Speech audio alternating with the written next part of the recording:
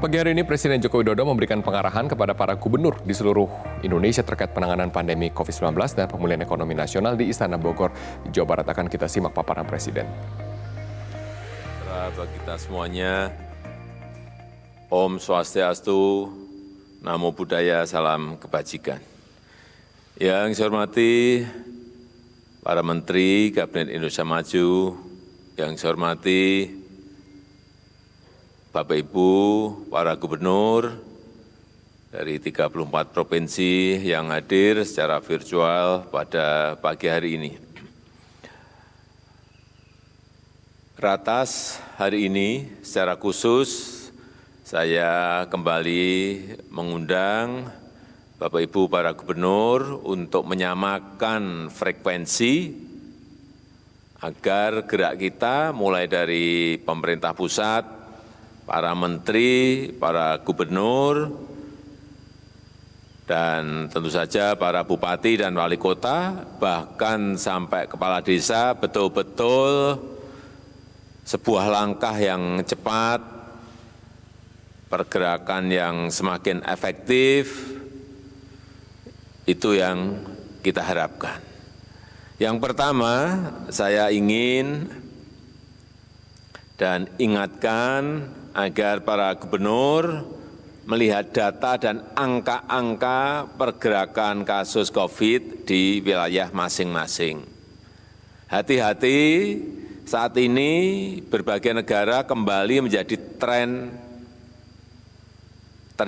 tren peningkatan kasus positif, baik di negara-negara Eropa dan juga di kawasan Asia. Oleh sebab itu, kita harus hati-hati di negara kita, walaupun ada peningkatan kasus positif di beberapa daerah, tetapi kalau dibandingkan dengan negara-negara lain, posisi Indonesia masih relatif terkendali. Dan ini yang harus kita jaga, bahwa pengendalian manajemen untuk COVID ini betul-betul masih pada posisi terkendali.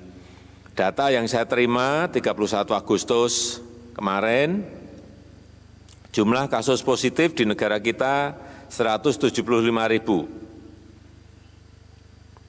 dari 2,23 juta tes yang telah kita lakukan. Dan alhamdulillah tingkat kesembuhan, case recovery rate juga makin meningkat. Dari dulu kita ingat di bulan April itu 15%, kemudian sekarang di bulan Agustus itu 72,1%.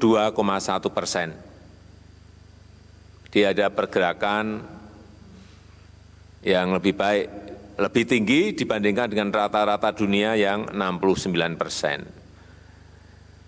Sehingga jumlah kasus aktif atau masih dalam perawatan juga menurun.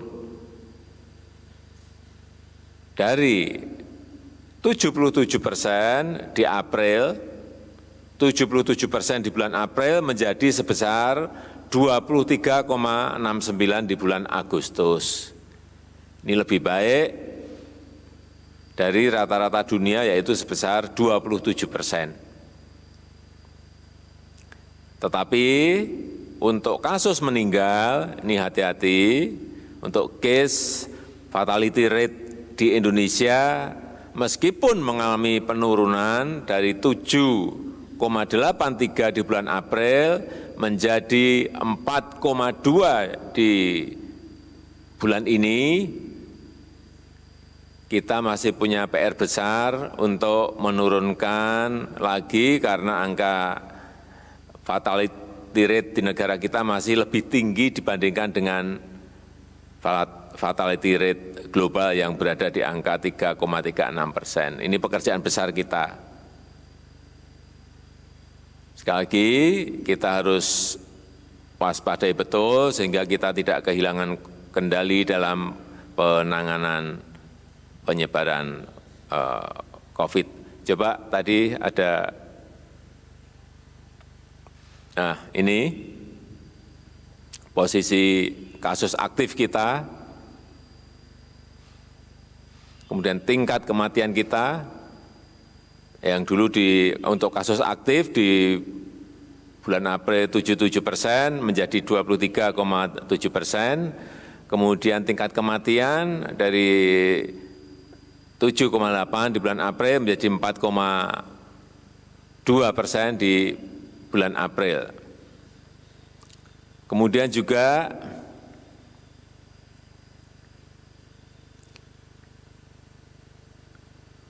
ini perkembangan kasus harian per hari kemarin 31 Agustus, jumlah kasus aktif ini masih 41.420 atau 23,7%. Kemudian penambahan kasus positif per hari kemarin 2.743, dan ini yang kita patut bersyukur bahwa jumlah kasus yang sembuh ini sudah 72,1% atau 125.959, dan jumlah kasus meninggal 7.417 atau 4,2%. Dan coba ditampilkan lagi yang grafiknya.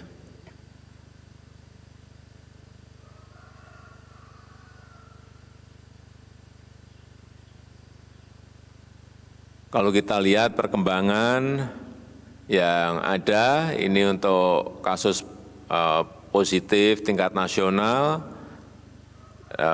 untuk persentase kematian, saya kira kita di bulan April angkanya tinggi, kemudian menurun, di bulan Agustus sudah berada pada posisi 4,27%. Ini yang harus kita upayakan terus agar persentase kematian semakin hari semakin baik.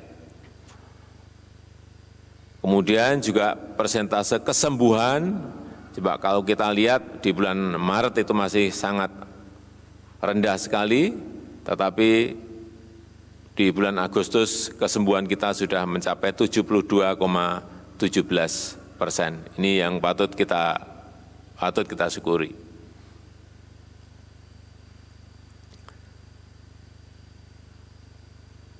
Juga positivity rate kita di 31 Agustus yang dulu berada di atas, kemudian melandai, tetapi apapun. Jangan lupa subscribe di YouTube channel Metro TV News dan juga nyalakan notifikasinya.